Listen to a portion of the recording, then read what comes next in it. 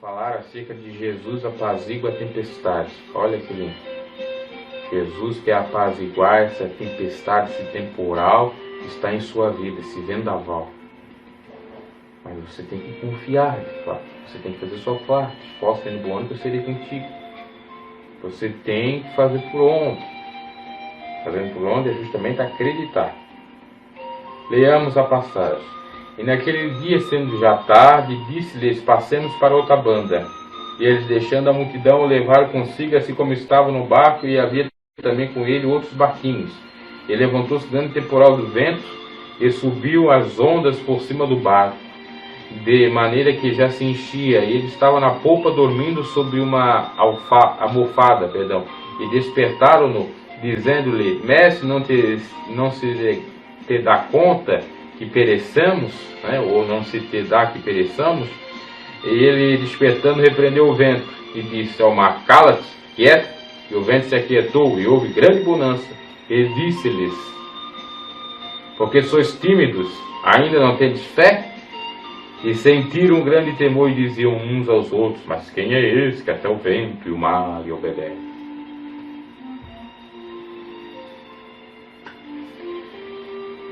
Meus caros, essa é a grande questão. Muitos cristãos estão no barco, estão com Jesus, na caminhada com Cristo, e ainda são débeis na fé. E ainda não possuem a fé que realmente agrada a Deus. Né? E ainda são meninos, né? Muitos já estão até muito tempo. Né? Assim como os discípulos estavam com Cristo. Ali no contexto, bem a verdade, era pouco tempo, 1 ano, 2 anos, né? Olhe lá.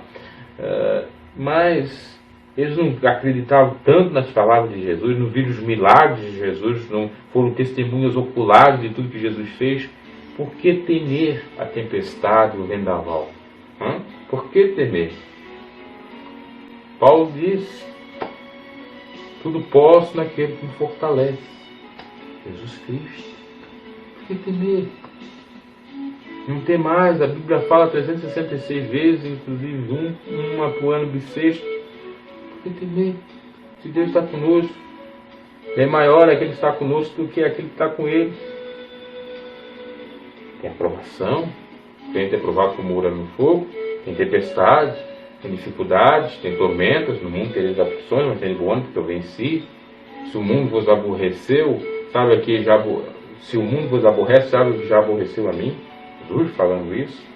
Então, se nós temos Jesus Cristo, nós entendemos tudo, porque nós temos a mente de Cristo e temos, por conseguinte, força para vencer tudo. Sabemos, claro, obviamente, que a carne é fraca. O espírito está pronto, mas a carne é fraca. E a carne fraca aqui simboliza até, inclusive, a falta de fé, a ausência de fé, a ausência de confiança, de esperança. Alegrai na esperança, perseverai na oração, sede paciente. Aqui diz lá em Romanos 12:12. Eu não esqueci. Diz o seguinte, Romanos 12:12. Alegrai na esperança, sede paciente na tribulação. E o que? Perseverai na oração. Não podemos perder a esperança, que é o próprio Jesus.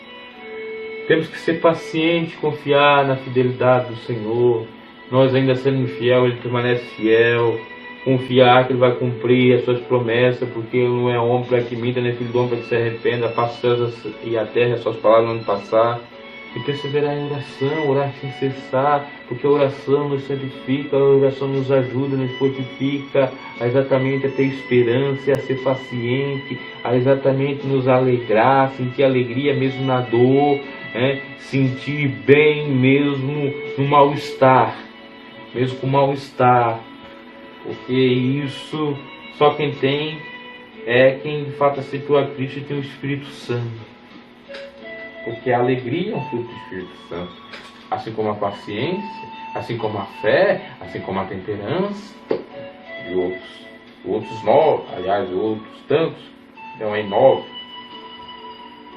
e está lá numa das cartas paulinas. Então, os discípulos, já tarde, com Jesus, Jesus disse, vamos para outra banda. Já estava, vamos para outra banda. Vamos. Cheguei no caminho de Jesus, vamos. E Jesus falou, vamos ao caminho. Ok? Eles nem duvidaram, nem tutubiaram, nem vacilaram. Não, mestre, não vamos não. Vamos para outro. Onde você vai? Então, onde você vai? Não, nem queixaram. Aqui, pelo menos o texto não relata isso, nem disseram nada. Ele disse, não, vamos, o mestre vai. Já estou cansado, já caminhei. Já fiz isso, já fizemos aquilo. Não foram. Se vocês foram, por que temer? Que assim é você. Se você aceitou a Cristo, por que temer? Será que você não viu os milagres e maravilhas que Jesus já fez na sua vida? Você não é testemunho ocular, principalmente o melhor ou o maior milagre que Ele faz na nossa vida, que é transformar a nossa vida, de fato, a nossa essência, né? Metaforicamente, da água para o vinho. Uma hora nós éramos terríveis, depois Ele nos faz pessoas magnânimas, pessoas maravilhosas, né? Tremendo. Então, Jesus sem cochear em Deus pensamentos, confiando plenamente na vitória, no futuro belo, no belo futuro, com Cristo, salvação, vida eterna, bens, prosperidade. Mas aí vem os desafios, vem as labutas, vem as tempestades, as tormentas, você começa a fraquejar, a combalir-se. E é isso que o diabo quer. Que você vire as costas para Deus, que você murmure. Meu, não é? É o prato das bênçãos de Deus. Lembre-se do justo Jó, que foi atentado, Deus permitiu Satanás, justamente para envergonhar, dar um tapa na cara de Satanás, não é? Permitiu atentar a vida de Jó, perdendo todos os bens, perdendo parentes, não é? Mas Deus o honrou por conta da sua fidelidade e restituiu tudo. E isso foi um tapa na cara de Satanás, que ele achava que Jó só servia a Deus por conta da prosperidade, né? E isso é interessante, porque se você tirar algumas prosperidades aí de alguns pastores que dizem que servem a Deus de fato, eu acho que eles viram as costas para Deus, né? Eles envergonham Deus. Jó não envergonhou Deus.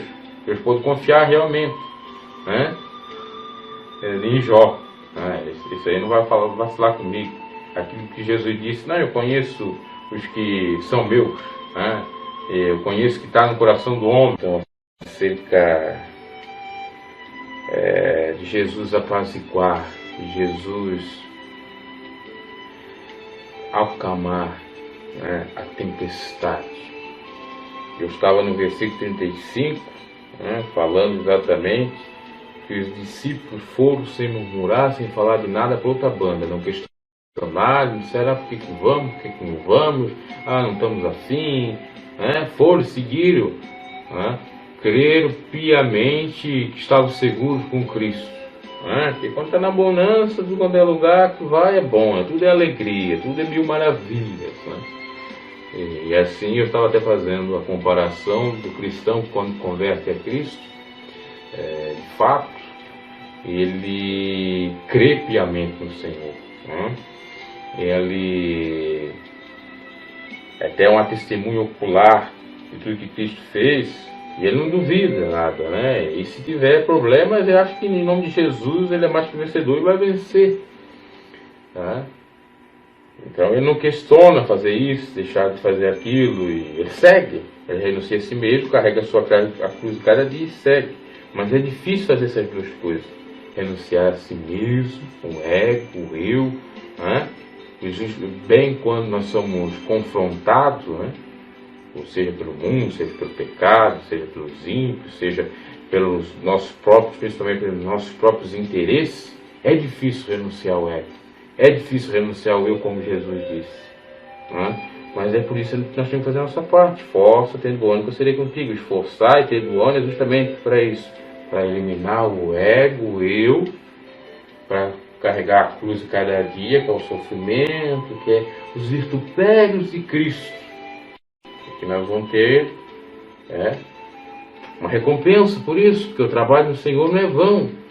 Todos os outros trabalhos são vão, como Salomão falou, tudo debaixo do sol e da terra, aliás, debaixo do sol, debaixo do céu e do sol, é vaidade, vaidade, sim, vaidade. A palavra vaidade quer dizer vão, não tem valor nenhum, né? É frivolidade. Então tudo que se faz, todo o trabalho, inclusive para nós comer e beber, para nós nos manter, é vão. Agora fazer a obra de Deus, Paulo diz que o trabalho para o Senhor não é vão, não é vaidade, não é a vaidade que do vão, porque tem uma recompensa. E o que é a obra de Deus? Se não fazer o bem para o próximo, se não honrar a Deus sobre todas as coisas. Por isso que eu digo que é simples ao mesmo tempo complicado servir o Senhor. Porque na teoria é tão simples. Tudo se resume aos 2 mandamentos que Cristo disse: amar a Deus sobre todas as coisas, ao próximo a ti mesmo. Mas na prática, como diz o ditado, a teoria é outra. É difícil, né? Nossos egos, renunciar ao nosso ego é difícil. Carregar a cruz cada dia é difícil. Agora dizer do nosso irmão: olha, irmão, deixa o ego de lado. Você está muito soberbo. Você está muito exaltado. Você está muito egoísta. Mas você sendo um egocêntrico, um ego latra, né? Que adora o seu ego, né? E quando tem o seu ego atingido, é capaz de fazer aí, afligido, né? É capaz de fazer uma guerra. Aí depois vem a questão de carregar a cruz de cada dia. Ah, mas espera aí, não vou carregar a cruz que Cristo carregou não, né? Ele disse que vinde a mim todos que estáis cansados e oprimidos, que eu vos aliviarei. Então meu fardo é suave, meu jugo é leve. Ele vai carregar a minha cruz. Ele vai carregar um pouco, vai lhe ajudar. Agora é para você carregar. Quando estiver muito pesado, ele dá uma ajudinha. Mas você tem que carregar. O que é para fazer, o que é para você fazer, eu fazer, nós fazermos, é necessário fazer. E aí muitos interpretam esse texto de inúmeras maneiras, vai para a teologia da prosperidade. Olha, o que você tem que fazer é o sacrifício. É colocar no altar do Senhor a oferta de 100 mil reais aqui, ó. É colocar o voto aqui de 200 reais que Deus está me revelando aqui, que não se engana, o Espírito de Deus que não se engana está me revelando, que é para dar 200 reais, que amanhã você vai ser curado, abençoado, vai ganhar um carro, vai ganhar isso, vai ganhar aquilo. É isso o que eles entendem por renúncia de ego e por carregar a cruz de cada dia. Tudo distorcido. É muito mais complexo essa questão. No entanto, como já disse, é bem simples. Basta nós querermos. Porque tudo aquilo que a gente faz com amor e porque gosta, a gente não sofre, não se diz que quem faz o que gosta não trabalha, porque não há sofrimento. Quem serve a Cristo sem culpa, sem trauma, sem medo, sem fobia, porque vai para o inferno, porque vai ser condenado, porque tem medo da morte, é um tanatofóbico. Tanatofobia é o nome científico dado para quem tem medo, pavor da morte, como eu já tive. E meu convertimento foi exatamente por conta disso. Faleceu um ente querido meu, que era praticamente meu pai, que fui criado por meus avós. E aí fiquei eu chocado, era adolescente, 15, 16 anos. E agora, meu Deus, é a primeira pessoa próxima de mim que morre. E todo mundo acaba, todo mundo morre. Eu fiquei naquilo, fiquei paranoico, eu síndrome de pânico, eu choque na hora. Ainda mais porque praticamente morreu próximo de mim. E nisso Deus trabalhou comigo, para me converter a Ele. Apesar de eu já ter um conhecimento da palavra de Deus, por a minha avó ter sido evangélica, ou ter crido na palavra de Deus, etc. Mas ali foi um encontro que eu tive com Deus, é aquilo que Salomão falou: é mais melhor a gente estar na casa do luto do que da festa, porque no luto a gente faz a reflexão, a gente pensa, a gente é perecível, um dia tudo se acaba, tudo é efêmero. Não estou querendo que nós, e defendendo quem entra na paranoia, quem entra aí naquilo que é considerado até pelo Sigmund Freud como a questão do luto, da melancolia. Você tem que se desapegar disso. porque isso não é de Deus, isso é paranoia, isso é doença mental. Né? Mas você meditar, às vezes até ir no cemitério, né? Porque agora é dia 2, já estamos no dia 2. Não lá adorar os mortos, que eles não estão ali, só está o corpo, mas ir lá, limpar e ver aliás, limpar o sepulcro e pensar, meu ente querido já morreu, está aqui. Né? E pensar no seguinte, que nada nós somos nesse mundo, que somos putrefação. Não entende como estou falando aquela palavra, né? Putrefação, ou putrefato, nauseabundo. O que quer dizer isso? Somos excrementos humanos, excrementos ambulantes. A Bíblia fala, inclusive, que nós somos excrementos, somos vermes, somos nada.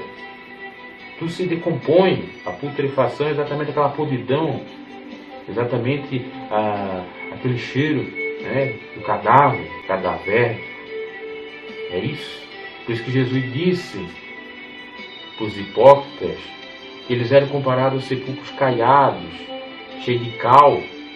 Tá bonito, você vai lá agora no estudo, tudo bonitinho, né? Tudo lavado, pintado, florzinha e tal, mas lá o cadáver, lá o caixão, lá o ataúde, como é que tá?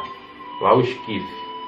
Recentemente um colega meu fora abrir um sepulcro do pai dele, aí tem que enterrar um tio dele, foi ver, aí ele tirou a foto, me mostrou. O que era o pai dele? Ele virou só esqueleto.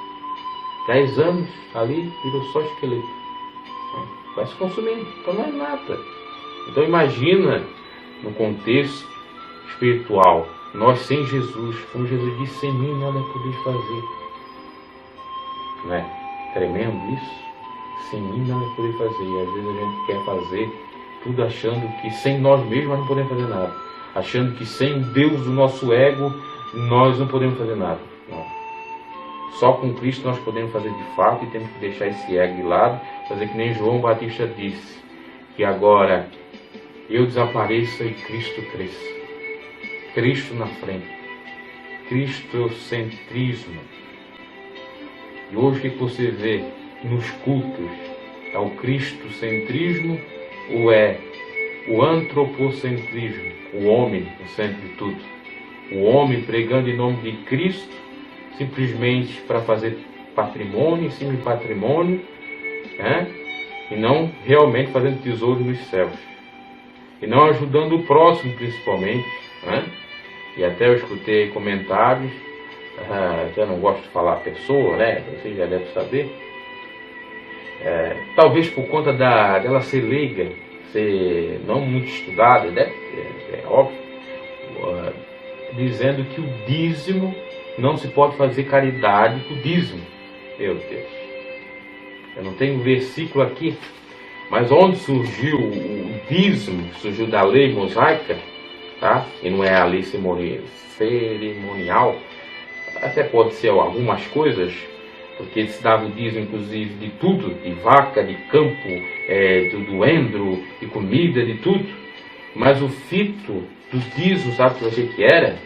Eu queria ter o versículo ali, eu sei em mente o que é, mas queria ter anotado aqui. Eu tenho até aí, depois eu posso dizer no canal do YouTube, que eu tenho conhecendo melhor a Bíblia, em que eu fiz um estudo exatamente disso. E essa para quê? É para a tribo de Levi. Os levitas quem são? Os que cuidam das coisas sagradas do Senhor, ou eram na época, né? Pode ser considerado hoje os pastores, os evangelistas, aqueles que viajam, aqueles que levam o evangelho, Os levitas, para dar para os órfãos, para os viúvos e para os necessitados. O dízimo, diz claramente, o dízimo é destinado para isso. Aí a sujeita diz, não vou desconsiderar, dizer que ela não é mulher de Deus, nós estamos sujeitos ao erro, é verdade, mas foi um erro crasso dizer que o dízimo não se faz caridade. Não, para quê? Para fazer templos e mais templos? Templos e mais templos? Coisa para o homem? Para se aparecer para o homem? Para estar aí na CBN? Segundo maior templo. Você já sabe de quem eu estou falando. Segundo maior templo. A CBN, no portal do UOL, e outras coisas. O que é isso? competindo com Edir Macedo, competindo com a Igreja do Poder Mundial lá de Valdemir. É uma competição, é que cada um querer ser maior que o outro. E Jesus disse que aquele que for o menor, que seria o grande no reino dos céus, porque aquele que serve de fato é que é o grande. Jesus serviu e não foi servido, mas serviu do que foi servido. Deixou o exemplo. Ninguém quer servir, quer que todos servem a ele. Capacho aqui, marionete, tá? Eu manipulo aqui, você está designado a fazer isso aqui, só pegar dinheiro. Você está designado a fazer isso aqui, você está designado a cuidar do dinheiro para ninguém roubar, e cuidar do dinheiro aqui para arrecadar dinheiro. E você aqui para trazer as almas, porque você é o bom samaritano, você é isso aqui. E eu aqui no poder aqui, eu aqui controlando tudo. E só quero assim, nem diz a oração do Pai Nosso. Vinde a mim, vinde a mim não, como é a oração do Pai Nosso. Pai Nosso, está santificado seja o teu nome, venha a nós o vosso reino, venha a nós o vosso reino, só venha a nós, venha a nós, venha a nós, venha a nós, venha a nós. Agora seja feita a tua vontade, não. Só venha a prosperidade, só. Então, se for para meditar a luz da palavra de Deus, fazendo a separação total do que se prega, o Evangelho, nas denominações evangélicas, e podemos até colocar em católicas ou carismáticas, enfim. Como está o cristianismo, e nós estamos comemoramos agora, dia 31, no dia das bruxas, Halloween, 500 anos da Reforma Protestante. O monge Martinho Lutero, que era um cara cheio de paixões infames, tá? Era um cara que estava lá no monastério, mas tinha desejo, tinha uma libido muito grande. E ele fazia até penitência, e isso é terrível também, a falta de discernimento por conta do quê? Massa de manobra da religião, Igreja Católica na época, na idade medieval, aí, 1517. Chicotada aqui, não posso pecar, não posso pensar em mulher, não posso ter esse desejo, não posso isso, não posso aquilo. Coisa fisiológica, porque não podia casar, e a Bíblia fala, não deu ouvido a essas doutrinas que proíbem casamento. Lá em Timóteo, Paulo já falando isso. Não, mas Paulo disse que não é para casar. Ele deu uma recomendação. Ele disse que não foi o Senhor que disse. Recomendava ele, porque é mais bom para fazer o trabalho do Senhor. Mas se você está aqui em casa, aí o cara vai ficar penitenciando. E foi por isso que Martinho Lutero começou a pensar: opa, isso aqui está errado, isso não é assim. E aí começou a pensar também na indulgência, não, pagar para ir para o céu, pagar para ter a vida eterna. Peraí, isso aí está errado, é pela graça, é pela fé. Opa, é pelo favor imerecido do Senhor. Começou a ver, inclusive, procurar respaldo bíblico e analisando os primeiros teólogos da Igreja Católica e tal, o que eles pensavam. E ele foi exatamente para o monastério de Tomás de Aquino, de Santo Agostinho, melhor dizendo, que era o agustiniano, era o monastério de Agustiniano. Ele queria dizer exatamente, remontava a ideia de tem uns dois conhecidos, que é Tomás de Aquino e Santo Agostinho. E diz que, conta a história, que Martinho Lutero se converteu porque um dia ele foi praticamente o que aconteceu comigo. Porque, claro que ele foi muito mais traumático. Ele estava andando, ele até queria viver o Evangelho, mas não conseguia, ia para as baladas, para as esbórnias da vida. E aí, vindo uma dessas, estava com um camarada, seu amigo, andando, começa a chover, dá um temporal e dá um raio. O raio cai certinho no camarada dele, fulminante, e mata. Um pouquinho assim não pega nele. E ele ficou traumatizado com aquilo, disse: meu Deus, ficou um pouquinho armado, que a minha mesmo tinha morrido. E ficou aquele complexo da morte, que vai ser de mim, aquela coisa toda. Parecido, até um pouco parecido comigo, que eu pensei realmente na morte na época. E aí ele vai para o monastério e tal, e lá Deus fala com ele, mostra a verdade, e aí surgem outras correntes, outras reformas, aliás, outras de reforma, já até antes de Martinho Lutero, né? Culminou porque Martinho Lutero levantou em 95 teses e tal, mas tinha mais gente. Tinha a contra-reforma da Igreja Católica, inclusive oficializando os evangélicos, os livros deuterocanônicos. O que são os livros deuterocanônicos? É aqueles que não têm inspiração e que foram ampliados ou oficializados, que na realidade diz a Igreja Católica, os membros, né, a Cúria, que já se utilizava esses livros, que é aqueles livros que nós encontramos na Bíblia protestante, do Velho Testamento, o livro de 1 Macabeus, 2 Macabeus, inclusive o livro de 2 Macabeus dá margem a entender que é certo orar pelos mortos, por isso que eles oram no dia de hoje pelos mortos. Né? Heresias.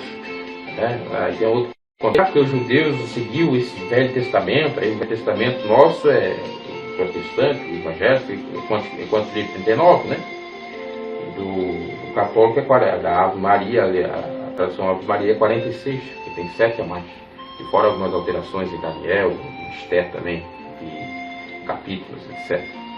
O Novo Testamento é igualzinho, não tem diferença nenhuma.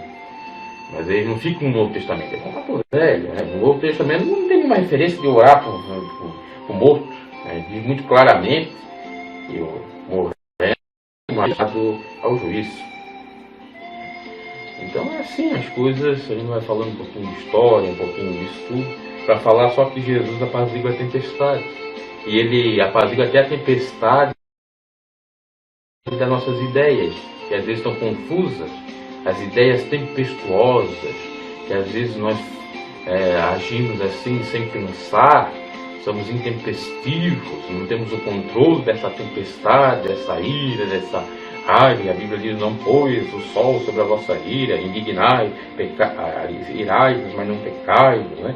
E muitas das coisas assim a gente faz muito pecado nesse sentido. Então nós podemos interpretar também que Jesus apazigua, dá esse autocontrole, esse equilíbrio emocional, e apaziguar todas as tempestades que você pode pensar, em todos os sentidos, inclusive até do pecado, do desejo carnal, aquela concupiscência que é difícil de crucificar, seja qual ela for. Né? Eu não quero aqui ser hipócrita, não quero aqui julgar ninguém, é a palavra de Deus que julga, é Jesus que julga. Né? Vocês sabem, né? Porque como diz os Salmos, né? Meus pecados estão diante de mim, quer dizer, eu sei meus pecados. Um dos salmos. Outro salmo diz o seguinte: guardei a tua palavra para não pecar contra ti, contra Deus. Então é ser disso, é sabido, tanto os nossos pecados, e tanto que nós devemos exatamente nos santificar no sentido de orar e de ler a palavra, porque a oração e a palavra nos santifica e ajuda-nos a crucificar. Isso, né?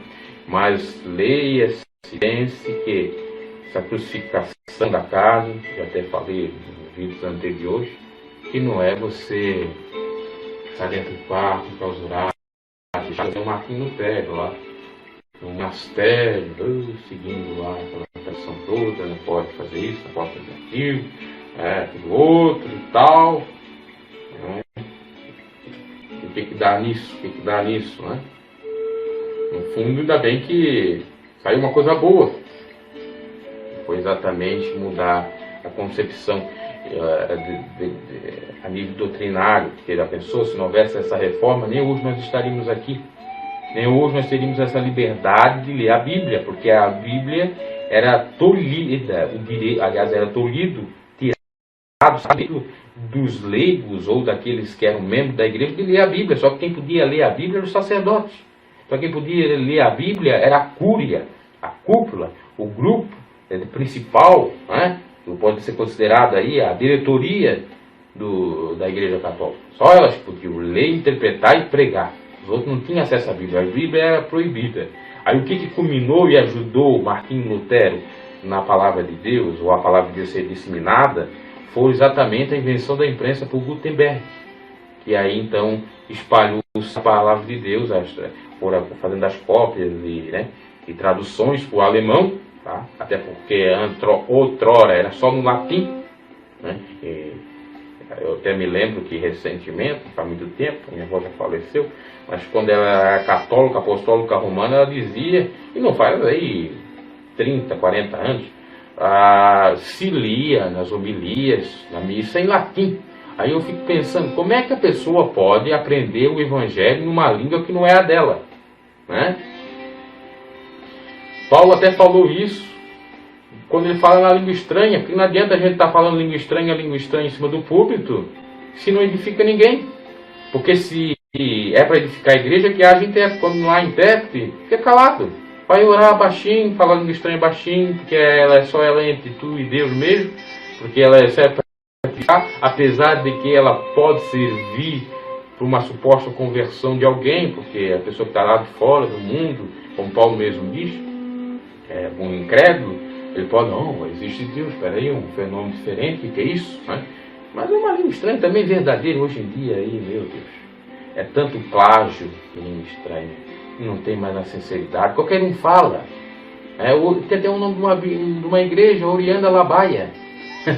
Orianda Labaia. Você está falando língua estranha, todo mundo está falando língua estranha. É uma aberração, aliás, eu já até falei umas vezes aí alguns vídeos que eu já fiz aí tem no YouTube acerca disso, relativizar tudo, a palavra de Deus, tanto faz como tanto fez, assim pode, é Deus, né? Isso é muito, muito errado, né? Não é o certo. Até estou procurando uma palavra para dizer, estou me esquecendo. Ora bem. Então é o seguinte, Jesus apazigua a tempestade, vamos para o versículo 36. E eles, deixando a multidão, o levaram consigo assim como estava no barco, e havia também com ele outros barquinhos. Né? Deixou a multidão. Quantos de nós não querem deixar a multidão? Quantos de nós quer seguir a multidão? Né? E diz, Vox Populi, Vox Dei, voz do povo, voz de Deus, olha, estou na multidão, estou aqui no lado certo. É isso aí. Povo. A igreja, quando começou, era chamada seita. Por que seita? A palavra seita quer dizer minoria. Porque era uma minoria. Não era multidão. Isso se chamava seita dos nazarenos. Você pode encontrar ali nos primeiros capítulos de Atos dos Apóstolos.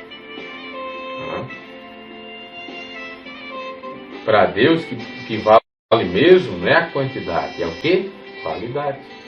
Então, se é minoria, se é 2 ou 3 que está no nome dele, aqui tem uma ou duas pessoas aqui que estão nos acompanhando aqui, se está com propósito no Senhor, é bom. Deus recebe. Né? Se ora, se escuta a palavra, Deus trabalha. Se tem propósito. Agora, se não tem, de qualquer maneira, simplesmente para se aparecer, como acontece geralmente aí na marcha para Jesus. Não, fazer a marcha para Jesus. A marcha para Jesus é bom. Porque Deus está falando conosco. Porque Deus está se manifestando ali. Porque é bom anunciar, como diz o Salmo, bem-aventurada a nação cujo Deus é o Senhor. Mas que Deus é o Senhor? Qual Deus? Deus de sexo, Satanás? Deus mamon, dinheiro? Jesus isso aparecer. Jesus fazia milagres e pedia para ninguém contar. Não sei porque essa propaganda tanta de Jesus. E isso é que piora o Evangelho, porque vem tudo com a gente de qualquer maneira. Vem gente de qualquer maneira, vem gente interesseira, vem gente tudo. Se Jesus quisesse essa publicidade, existiria de todas as formas. De todas as formas. Não, porque todo mundo tem que vir para Jesus. A Bíblia é clara, Jesus diz que são poucos que vão para a porta. O quê? Estreita, caminho apertado, caminho largo, um monte. E até em nome de Jesus. Não, só de Jesus. Aí Jesus disse também, olha, nem todo aquele que diz Senhor, Senhor, entrará no reino do meu reino. Muitos naquele dia vão dizer, eu profetizei, eu fiz isso, eu pintei, bordei, em teu nome, olha, passaram de mim, maldito por fogo do inferno, que eu nunca vos conheci. Nunca vos conheci. Ele rejeita de uma tal maneira, desprezando. Exatamente isso. Não. E até eu achei assertivo, apesar de ser um órgão aí ímpio, a FIFA proibir os jogadores de futebol, tá, de fazer a propaganda de Jesus. Como o Neymar, que o Neymar da Igreja Batista, né? Neymar, jogador, pai dele, inclusive dá o dízimo. Olha quanto um dízimo não deve ser aí, acho que a mais de 1 milhão. O pastor vai às loucuras, né, com o Neymar. Então o Neymar andava com a faixa 100% de Jesus. Eu fico pensando, 100% de Jesus, você vai com um carro, está lá 100% de Jesus, 100% fiel a Jesus, né? Ou 100% dizimista ainda, né? Está que nem um fariseu, que dizia: "Oh Senhor, eu sou dizimista, olha, eu sou santo. Eu tenho que ser respondida porque eu faço esse republicano aí, ó, esse camaradinho não faz nada. Não faz nada. Isso é um pobre coitado." Quem que saiu justificado na oração, na parábola que Jesus falou da oração do republicano e fariseu? Justamente aquele que se humilhava. Mas tem tanta coisa esdrúxula que parece que ele lê a Bíblia, mas não lê. Falta interpretação, deve ser algum problema de ordem no sentido de analfabeto funcional, que é aquele que lê a Bíblia, mas não interpreta, não sabe interpretar. E não estou falando de coisas difíceis, de escatologia, estou falando de coisas simplórias, coisas que está ali dizendo, Jesus diz assim: ó, fariseu que vai nas ruas fazer longas orações. Recentemente aqui na região, aqui no estado de Santa Catarina, o camarada teve um movimento aqui de uma igreja em que os jovens, orar nos becos, orar nas esquinas. Aí eu já fiquei pensando assim, não é preconceito, porque Jesus falou, não é para se parecer, porque o que é para fazer? Vou para orar, fecha a porta do seu quarto, vai orar, que o Pai em secreto vê e o recompensa. Não é para se aparecer. Eu estou orando porque eu sou uma pessoa piedosa, meu próximo, eu quero o bem dele. Não é assim que a coisa funciona. Aí os camaradas estavam nas esquinas, aí eu já pensei, poxa, a esquina tinha meninas, inclusive, o que estão fazendo aí, rodando a bolsa, né? Estão fazendo aí papel de meretrizes. Porque o engraçado é que eles nem falavam de tanto de Cristo, só ficavam orando, Senhor. Uns nem falavam, Senhor, abençoa, ajuda, não sei o quê. Eu até me levei um susto que eu estava caminhando e me deparei com aquilo. Isso aí é de Deus para dar susto no camarada, de se aparecer. Claro que o jovem tem culpa.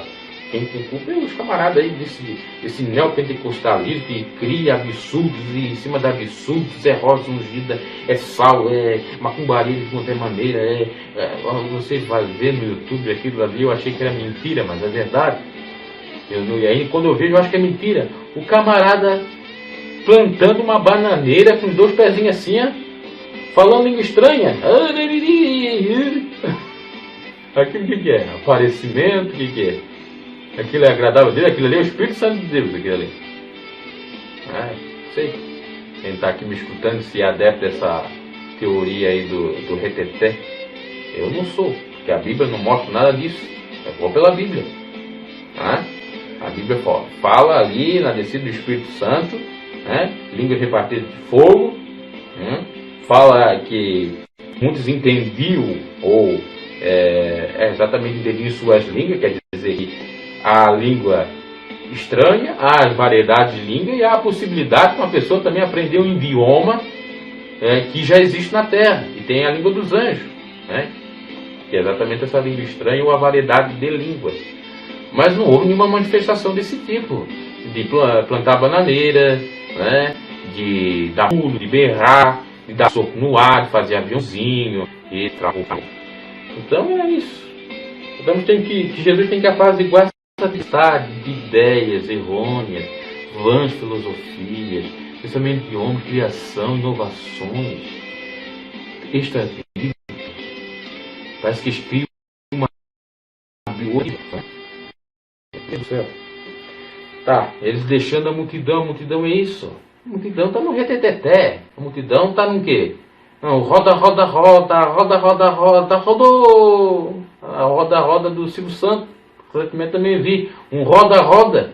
Parece do grupo lá dos afrodescendentes, lá das denominações, das religiões lá, afrodescendentes, candomblé, do terreiro. Roda daqui, rodando a baiana, roda pra lá, roda pra cá, e lá pra lá, meu Deus. E na rua, nem no dentro do templo, na rua. Para assim que os outros estão filmando no YouTube ainda, para dar mais escândalo. Assim. Aí por isso que ele diz que os evangelhos são retardados. diz que os evangelhos são isso, são aquilo, aquilo outro, exatamente por falta de conhecimento. E o que a Bíblia diz? Crescei na graça e no conhecimento do Senhor Jesus. Você tem crescido na graça e no conhecimento do Senhor Jesus? Na graça não adianta, só no conhecimento também não adianta. É as duas coisas. Então, Jesus pode equilibrar e voltar à sanidade mental, tá? E eles deixando a multidão. Então você tem que deixar a multidão. Muitas das coisas que a multidão faz, não quer dizer que todas as coisas que a multidão faz é erradas, mas tem muitas coisas que elas fazem que realmente não é agradável a Deus, tá? Por exemplo, a multidão está acostumada a fazer o quê? Achar que Deus aceita tudo, aceita a relação homossexual como normal e como não pecado, não é? Não é pecado, não há condenação, não é? Sempre ocorreu isso, Jesus aceitou isso. Inclusive a Bíblia do movimento LGBT diz que Jesus possivelmente poderia ser homossexual, gay, porque João estava no seu peito.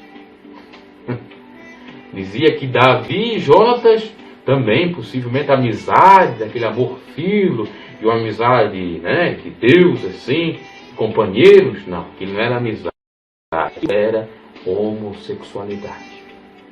Paulo então, não quis casar porque era homossexual. Que absurdo, não é verdade? Aí cumpre-se aquilo que está lá em Tito 1,15. Tudo é puro, tudo é impuro para os impuros. Só impuro, é impureza. Por quê? Por que eles criticam Paulo, dizendo que o Paulo era a crítica maior até em Paulo? E Paulo que meteu o pau, né? O Paulo falou em 1 Romanos, converteram a verdade de Deus em mentira e mudaram a natureza original das coisas e tal, aquilo tudo está ali. Agora tem coisa que a multidão faz bem também, por exemplo, não matar. Ela não mata, a grande maioria não mata, né? Então você seguir esse exemplo, ou seguir esse mandamento, e até do Senhor, então você faz bem, mas tem coisa com a multidão, né? Então a gente tem que falar um pouco disso, porque muitas vezes não, tem que andar com a multidão, porque olha, a multidão é terrível, olha, multidão, é bem assim, tem coisas que realmente não é necessário, tá? E no caso de Jesus, no contexto de Jesus, a multidão vinha para quê? Só para a multiplicação dos pães e dos peixes, só para a bênção, não vinha para convertimento. Por isso que João Batista se indignou, e se irritou, e disse: até quando convertereis a produzir, pois, fruto de arrependimento, raça de víbora? Chamou ele de cobra, de veneno, de serpente.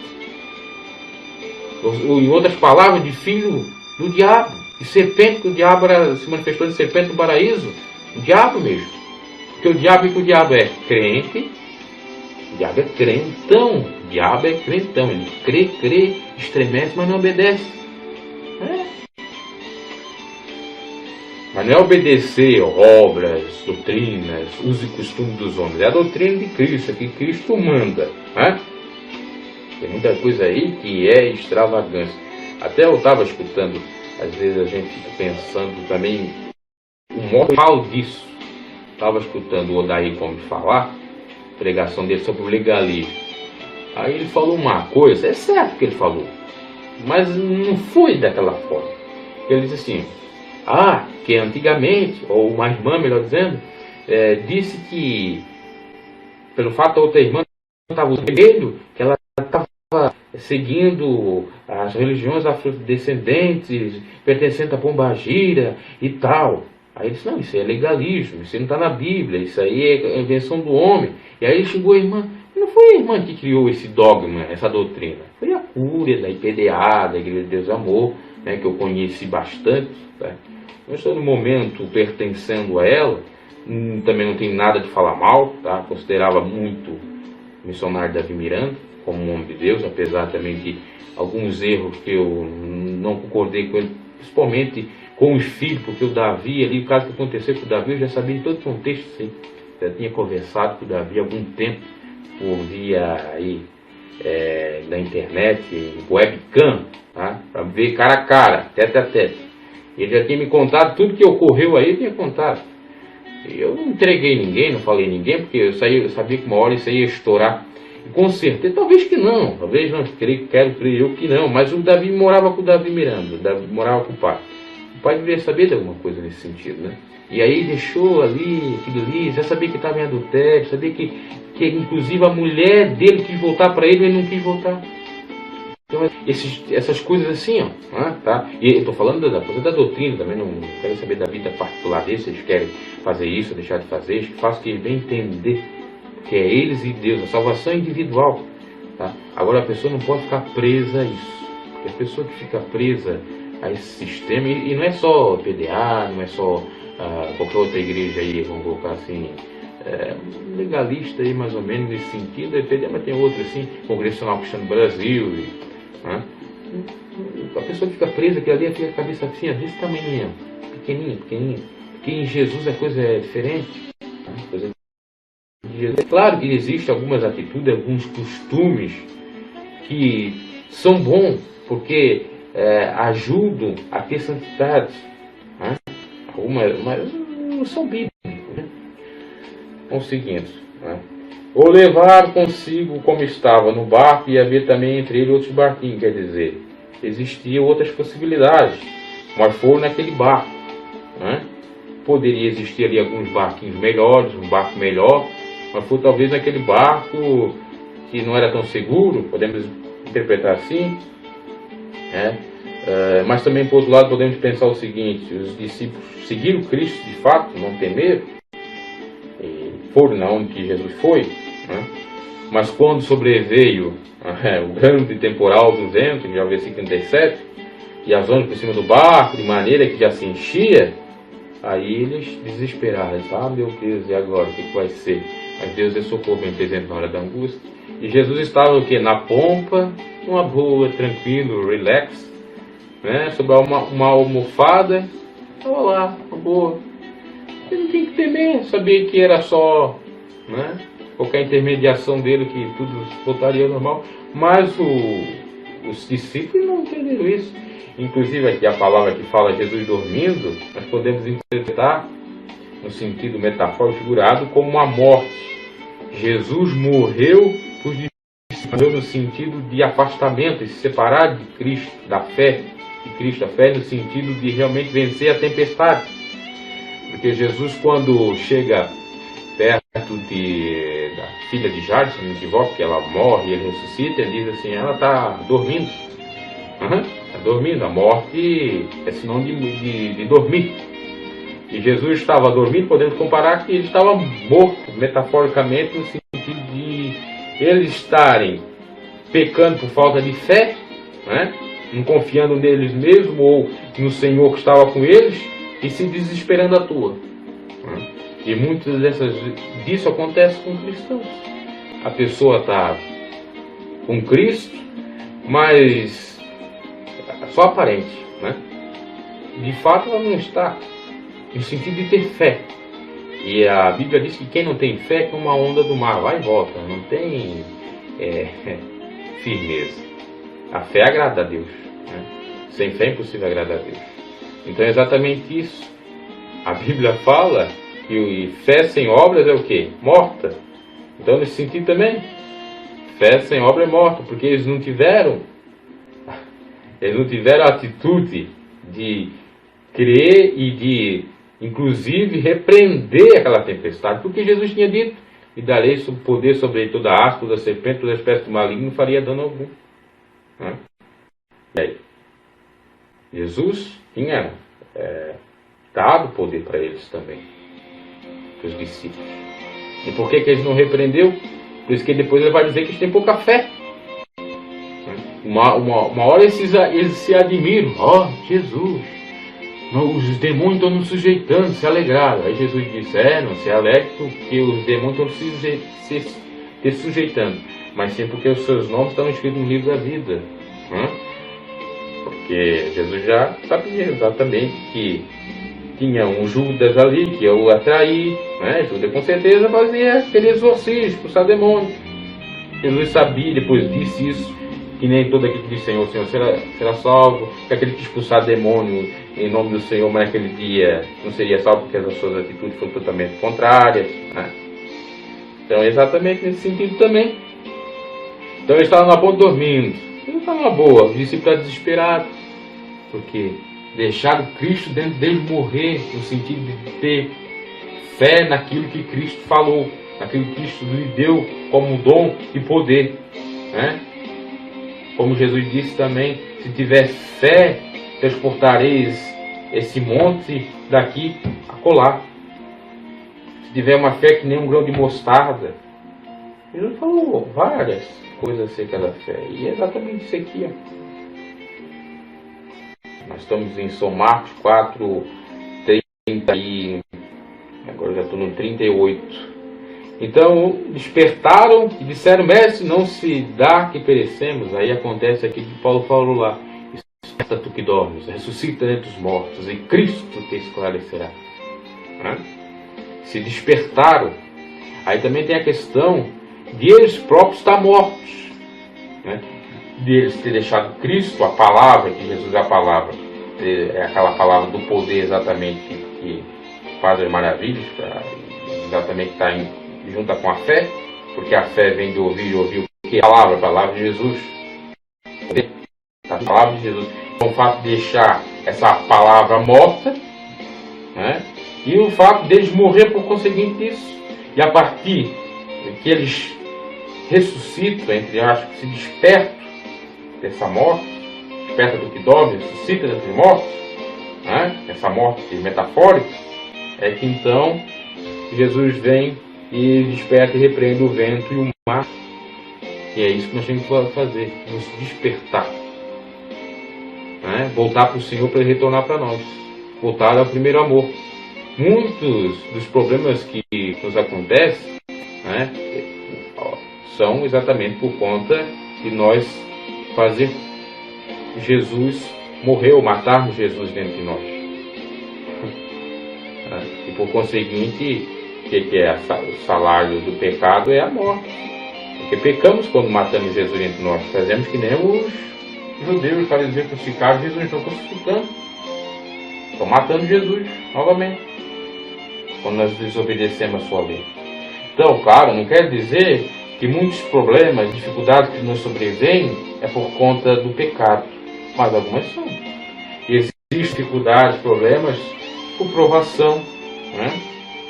Existe por circunstâncias normais, e eu diria até que da própria vida, inerente à própria vida. Por exemplo, você se adoecer, ter uma doença, e depois essa doença pode levar até a óbito, mas nós vamos morrer também, né? E muitos ficam naquela crença: não, Deus cura, olha, Deus não curou porque a pessoa não estava bem com ele e deve ter nem ido para o céu. Doutrina de homens, a questão é essa: todo mundo vai morrer um dia, né? Claro que Deus cura, claro que Ele faz milagre, mas por que Ele faz milagre? O que Jesus disse acerca disso? Será que você não leu? Jesus disse que se não houver milagres e sinais, como crerão?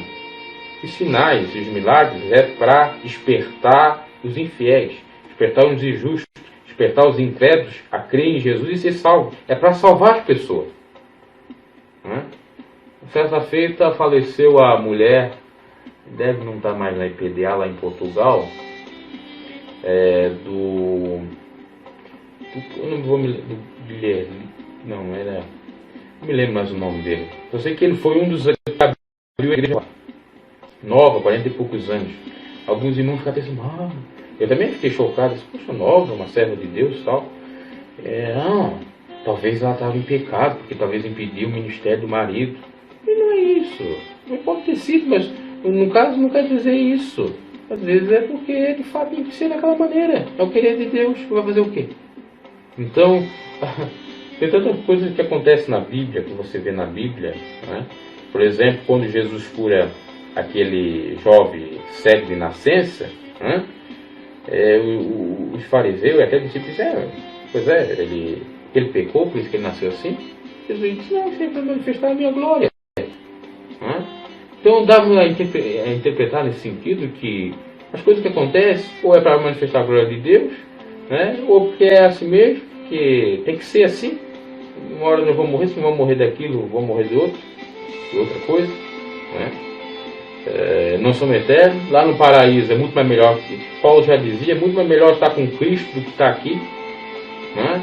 É muito critica, porque está apegado à matéria, está apegado a essa vida. Jesus disse assim, deixar os mortos e enterrar os mortos. Precisa pegar. Inclusive daquela questão do luto, da melancolia. Até falei de Sigmund Freud, que ele falava exatamente que há no luto a melancolia, que a melancolia seria mais do que o luto. O luto é o teu estado apático e triste, é a dor, praticamente, de tu perder um ente querido, uma pessoa que tu amava, etc. A melancolia é exatamente você alimentar aquela dor. Vai alimentando, vai ficando apático, vai ficando triste, vai indo, mais trabalho para trabalhar, vai querendo ano para viver, vai querendo ano de tudo.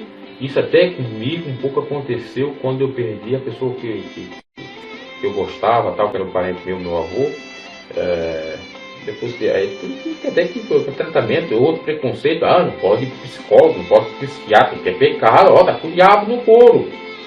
Meu Deus, com o diabo no couro.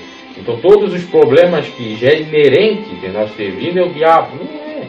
E muitos desses problemas já é da herança adâmica, pecado de Adão, claro, pecado, mas já é da geração mesmo. Por exemplo, a morte não era para existir, mas era para ser eterno, mas por causa do Adão, toda a geração, todos pecaram, aliás, todos pecaram e por conseguinte tiveram essa sentença de Deus na morte.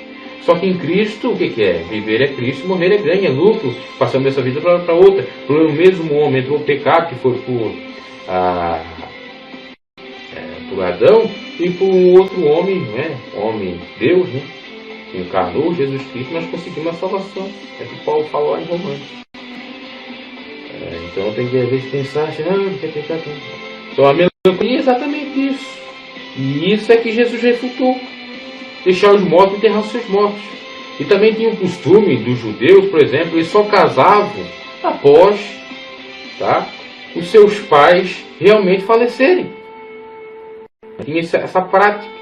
Tinha tanta questão do apego ao familiar, tanto o apego ao ente querido. Não, peraí, eu tenho que ir lá fazer o velório, eu tenho que ir lá sepultar. Deixa os mortos, aqueles que são incrédulos, aqueles que são céticos, aqueles que estão distantes da verdade de Deus, aqueles que estão mortos no pecado, sepultar, venha, segue-me, pega, toca a vida para frente, que eu sou a vida. Jesus diz, e é isso que Jesus diz nesses momentos, para a gente vencer isso, porque também é uma tempestade, um sofrimento, na verdade, é uma angústia, é uma aflição, a gente perde um ente querido. Já estou aproveitando o gancho por conta do dia 2 de hoje, né?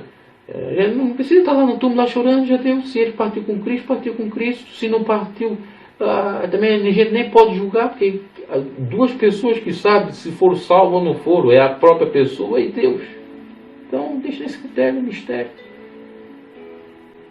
Podemos criar. A Bíblia diz para não julgar, né? Mas também não dá para interpretar dessa maneira generalizada, de maneira assim literal. Não julgar, então não pode julgar nada, não pode fazer nada. Pode julgar de acordo com a palavra de Deus algumas situações. Agora, julgar que a pessoa vai para o inferno ou não vai, isso é de Deus. Eu posso julgar, que meu irmão está errado. Por exemplo, meu irmão me ofende. A Bíblia até diz, é para mim chamar ele, fazer o quê? Dizer, olha, tu me ofendesse, faz pedir perdão. E se ele não pedir, levar ele até a igreja, até os membros, até a congregação. Aí ele se arrepende. Se ele não se retratar, aí é para tratar ele como um republicano, é para tratar ele como um gentil, é desprezá-lo, né? Então nesse sentido pode julgar. Agora, coisa que é de foro íntimo e que é de modo espiritual, que é difícil, que não tem como você saber, porque você não tem o poder da onisciência, e há essa incomunicabilidade entre os que estão lá no outro mundo, né, que é o mundo pós-morte, e nós aqui, então não devemos estar falando disso. Mas em Cristo nós podemos vencer exatamente isso, porque Ele nos dá a paz, não como o mundo a dá, de paz, felicidade, etc. Nós podemos vencer isso também, essa dor, tá?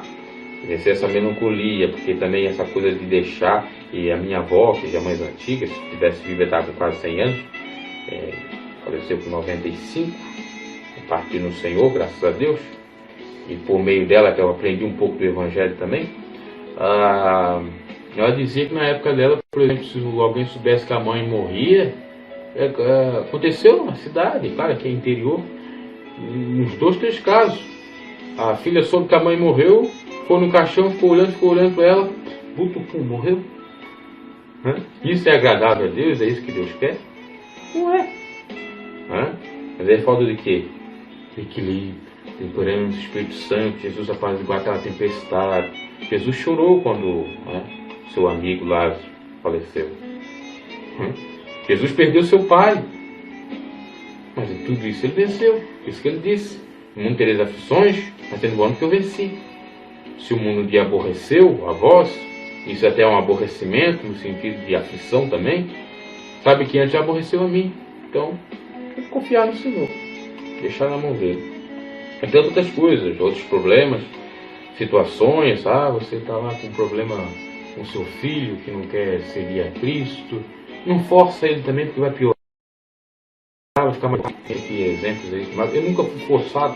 Eu tinha uma tia que se converteu na IPDA mesmo, na época do missionário, na época de Hard, na época que a igreja era fervorosa mesmo, que era diferente desse tempo de agora, né?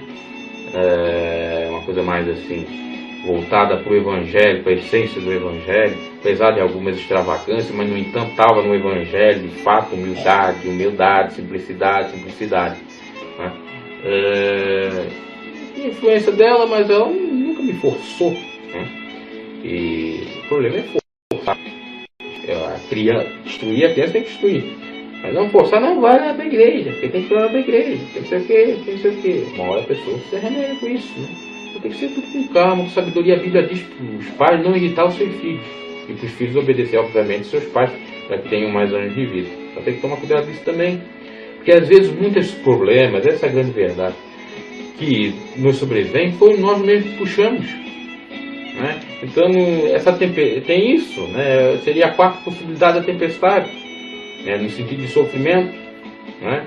Quando vem o sofrimento porque nós pecamos mesmo, sofrimento que nós puxamos aquilo para nós mesmos, outra que é a aprovação do Senhor, e outra porque é a ordem natural das coisas, tem que acontecer, né?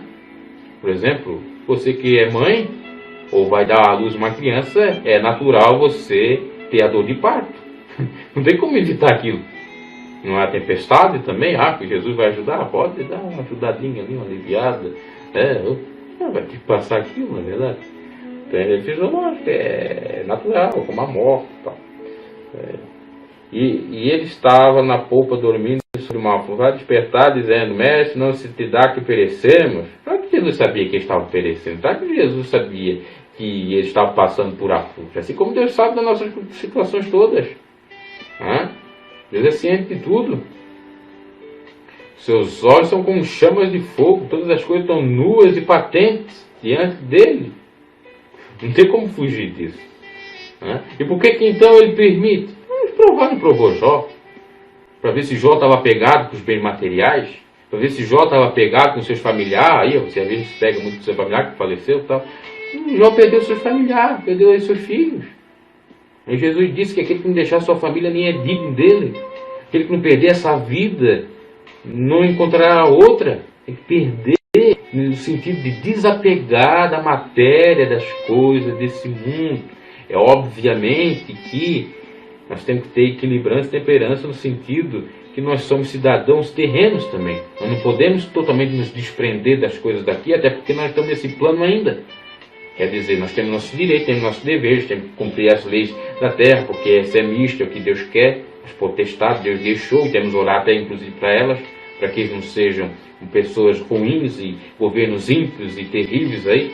Até eu não sou muito a favor de política misturada com religião ou com cristianismo, mas eu considero algumas ponderações que o Daciolo faz lá no Congresso, quando ele disse que esse governo ímpio ia perecer, falando ali da cúpula aí, da cúpula não, da presidência, tanto da Dilma, agora do Michel Temer, de todos ali, que estavam realmente defraudando da nação. E lá em Provérbios, se não me equivoco, diz que se não tivermos um governo bom, que defrauda a nação perece, umas coisas nesse sentido assim. Faz algum tempo que eu já li a Bíblia, não me recordo tanto desse versículo. mas fala, menciona e é de fato. Então Jesus sabe de tudo isso. Jesus sabe de tudo. Por que ele faz isso? Para nos provar, obviamente, né? Para ver se nós temos fé. Por que ele fez aquela humilhação com a mulher cananeia? Não, Jesus, não mexe, mas comemos que nós comemos que nem os cachorrinhos da mesa, os cachorrinhos comem da mesa dos seus senhores. Ele dá graça ao humilde e resiste ao soberbo. Então, Deus quer ver exatamente a nossa fé. E a fé o que é? É firme fundamento das coisas que se esperam e a prova das coisas que não se veem. Então, a fé é uma coisa abstrata. Não pode se apalpar, que nós não podemos nos agarrar a nada. Nós temos só seguir avante, convicto que vamos vencer. Claro, em nome de Cristo. Mas não necessariamente, por exemplo, nesse caso, com ele físico, mas sim crendo na sua palavra. Porque fosse assim, não existiriam mais milagres, porque Jesus não está mais em corpo. Temos que ser São Tomé, temos que apalpar para crer, né? Não usamos a nossa fé, não despertamos o dom da fé. Desperta o dom que há em ti, já dizia Paulo para Timóteo. Então nós temos que realmente fazer onde? Porque muitas das vezes as coisas acontecem por conta da nossa negligência, imprudência, da nossa falta de prevenção, né? E na nossa falta, obviamente, de fé. Eu queria aqui falar de fé, bastante coisa, mas o tempo aqui não permite, já passamos da 1h da madrugada, já vou encerrar logo a mensagem aqui, né? 39. E se despertando, repreendeu o vento e o mar. Se repreende, Jesus faz tudo acontecer, né? A nossa fé muda o cativeiro, transforma da água por vinho, né? Maravilhas. Mas é necessário nós fazer a nossa parte. Ali foi um plus, ali foi uma bem-aventurança, digamos assim, de Jesus, o benefício de Jesus, assim, Jesus se perdoou, né? Jesus se perdoa também de nós, né? Quando a gente fracasseia na fé, ou fracassa na fé, melhor dizendo. E quem está em pé, cuide para não cair, né? Mas se cair porventura, Deus é poderoso para levantar. Isso tanto no sentido de cair no pecado, como cair no sentido de exame, de fraquezas, de seguir, a cruz está muito pesada, meu Deus, não consigo mais, e Deus não dá fardo que nós não podemos nos carregar, mas eu não consigo mais. Tenha fé, o jugo de Jesus é suave, é manso, vinde a mim todos estão cansados, oprimidos, chegar em Jesus. Não é em dominação religiosa, não é no pastor tal, não é no fulano tal, não é no guru tal, não é no rabino tal. Não, é Jesus, Yeshua, que é Deus da salvação, né? Em Cristo, que é Messias, que é ungido, a palavra, o significado. Então chega em Jesus que tudo se torna bonança, né? Que o vento impetuoso, que o vento vendaval se acalma, o mar se torna mansinho, que ele não brame mais contra você, né? Que seja esse vento metafórico, seja a tribulação, a dor, a perda, aquilo que Paulo disse, nada me separa do amor de Cristo, né? A espada, as ofendas, a aflição, nada disso, que eu tenho fé, que eu vou vencer, que eu sou mais que vencedor. Então nós não podemos recuar, temos que seguir avante. E ele disse, cala-te, aquieta. E o vento se aquietou e houve grande bonança. E os discípulos não poderiam ter essa fé de dizer, em nome de Jesus, cala-te, aquieta. Mas não tiveram. Deixaram para Jesus. E até porque também estavam mal acomodados. Estavam falando, Jesus faz tudo, deixa ele fazer mesmo. Deixa ele fazer aí. Porque, também tem isso. Às vezes a pessoa não tem a fé em si mesma, né? Que ela é capaz, né?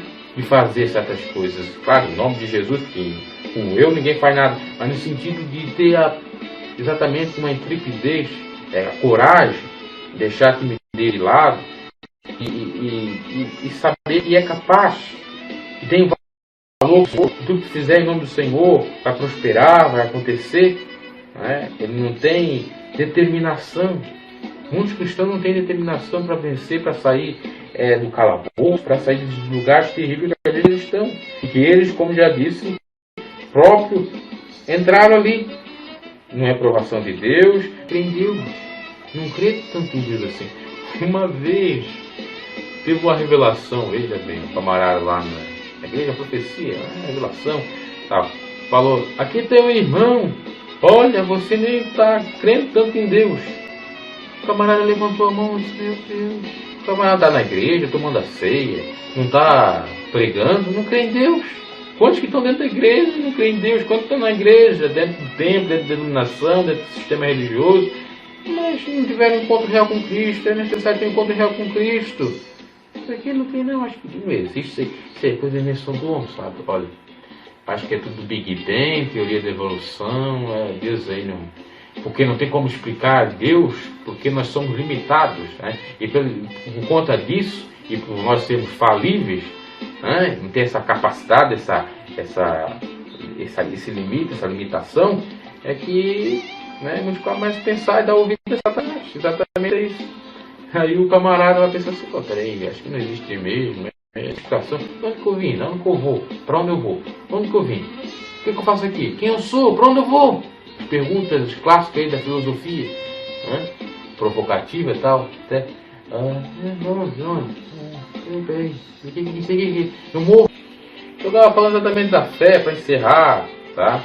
Ele disse, pois sois tão tímidos, ainda não têm fé, são tão covardes, ainda são tão imaturos, neófitos, iniciantes, não tem fé. Poxa vida, mas como é que vocês tiveram fé lá no começo para ir onde que eu fui, para seguir onde que eu designei? Muitos têm fé, não tem fé de seguir, nem Pedro. Pedro teve a fé de ir no mar, mas não de prosseguir, não de continuar. Não tem fé, aquela fé momentânea, onde, dependendo, como fala a parábola do semeador, onde foi semeado de fato, e aquela emoçãozinha, e depois vem os problemas, as aflições, vai se fraquejando, vai se decepcionando, vai pensando, não é bem assim e tal, vai caindo, vai perecendo, se não é o Senhor. Então Jesus está chamando a atenção exatamente isso. Vocês são tímidos ainda, não têm fé. E isso é uma provocação que nos remete exatamente àquilo que Jesus disse. E quando o Filho do Homem voltar, porventura achará fé na terra, vamos tomar cuidado com isso.